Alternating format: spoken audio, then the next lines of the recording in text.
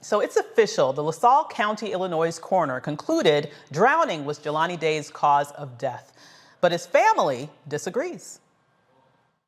How they said where the body was found, where they said the clothes were found, where they said the wallet was found, where they said the lanyard was found. None of these are in a proper distance. None of these would be anything that Jelani would have purposely drove his car to, took off his license plate, not have his phone, throw away his keys, take off his clothes, and go into a river. Jelani wouldn't have done that. At all. So, since this is what they have tried to put in black and white in print to get you to believe, see it with your own eyes.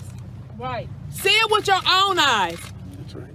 See it with your own eyes and think that when you believe that somebody with common sense would even come all the way to Peru to do something to themselves.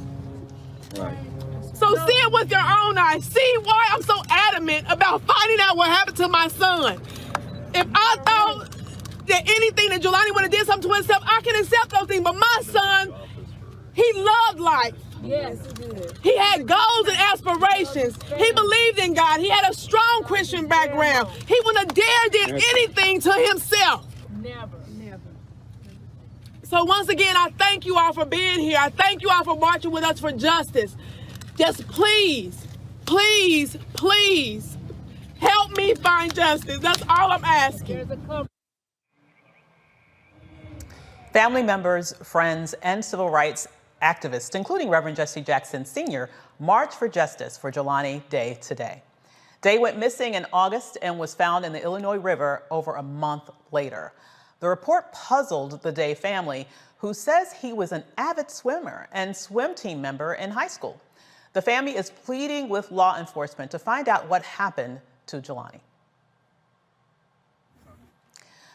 Now to our panel. Teresa Lundy, principal founder of TML Communications, Mustafa Santiago, advisor to the Environmental Justice Organization, EPA, at the EPA, as well as, Kelly Bethia. Can we pause that for a second, please? I'm sorry.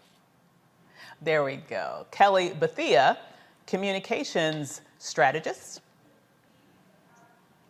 All righty, with that said, let's move on. All right, so what are your thoughts, you guys, about the Jelani case here? I mean, it does seem strange. He went missing. All of these strange things are coming up with regards to how he was found.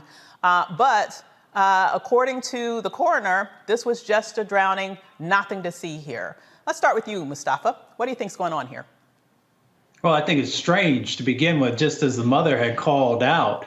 You know, Jelani was a graduate student. He had everything going for himself. And for those who have ever studied, you know, the things that happen around suicides, because that's, I guess, what they're trying to say that it was, you know, all these different steps that were taken, as the mother shared with folks, you know, removal of license plates. You don't hear of folks doing that. You know, of taking all your clothes off, of a number of the other things that were detailed. So there's definitely more to the story that's going on. And we know that in relationship to Black and brown individuals, when they disappear, that in many instances, you know, law enforcement will quickly move to kind of shut the case down. So I'm not saying that that's completely what's going on here, but I am saying that there are a number of pieces that just don't add up. Absolutely. I think that's fair to say at minimum. Your thoughts on it, Teresa? Yeah, absolutely. I agree with Mustafa. I think there is some really critical issues here. One, with understanding some of the nuances that are happening with the investigation, not knowing. I think the family obviously needs clarity. But I think there's more so a bigger issue here as it comes with the amount of communication that is given to the public. I think, you know, I've read probably about 4 articles where there just seems like there's a whole bunch of confusion. And usually when it starts getting into the public atmosphere in terms of communication, that's when you start to see, you know, some real divide that's really happening on the inside. So we'll see. Absolutely. And what are your thoughts about his poor mother and what she must be going through right now. Kelly, can you even imagine being in her shoes? I really couldn't imagine being in her shoes at this moment, especially since the way in which we found out about Jelani Day was through a young white girl by the name of Gabby Petito, I believe her last name was. The fact that he was the example of how Black and brown people go missing every single day under even more suspicious circumstances, and yet a white girl gets all the media attention, all the law enforcement backup. They are going, thoroughly combing through that case thoroughly. And yet Jelani Day's case, which is under the most suspicious circumstances I've heard of in a long time, gets virtually no media attention. It is only by way of missing white woman syndrome that we're paying attention to a Black man. And I can only imagine how frustrating and hurtful and insulting that is to Jelani Day's mom, considering the fact that he, by all accounts, was brilliant. He was accountable for his actions, and under no circumstances would he have done this to himself.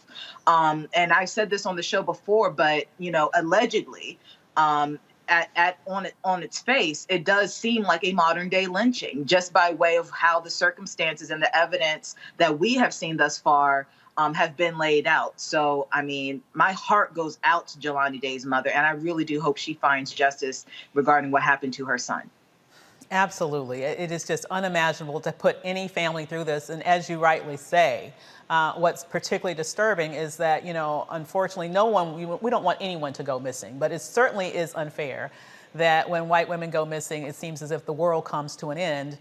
But when Black people, Black men and Black women go missing, it is just something that hardly gets any media coverage at all. And so we certainly hope that the family receives true justice with this specific sad case. Untitled video in just one moment. Once upon a time, there lived a princess with really long hair who was waiting for a prince to come save her. But really, who has time for that? Let's go. Feeling myself. I'm feeling She ordered herself a ladder with Prime one-day delivery, and she was out of there. I'm with some hood girls looking back at it, and a good girl in my tax bracket. Now, her hairdressing empire is killing it. And the prince? Well, who cares? Prime changes everything. Time to be smart. Roland Martin's doing this every day. Oh, no punches! Thank you, Roland Martin, for always giving voice to the issues. Look for Roland Martin in the whirlwind, to quote Marcus Garvey again. The video looks phenomenal, so I'm really excited to see it on my big screen. Support this man, Black media. He makes sure that our stories are told. See, this difference between Black Star Network and Black-owned media and something like CNN. I got to defer to the brilliance of Dr. Carr and to the brilliance of the Black Star Network. I am rolling with Roland all the way. Honored to be on a show that you own. A Black man owns the show. Folks, Black Star Network is here. I'm real revolutionary right now.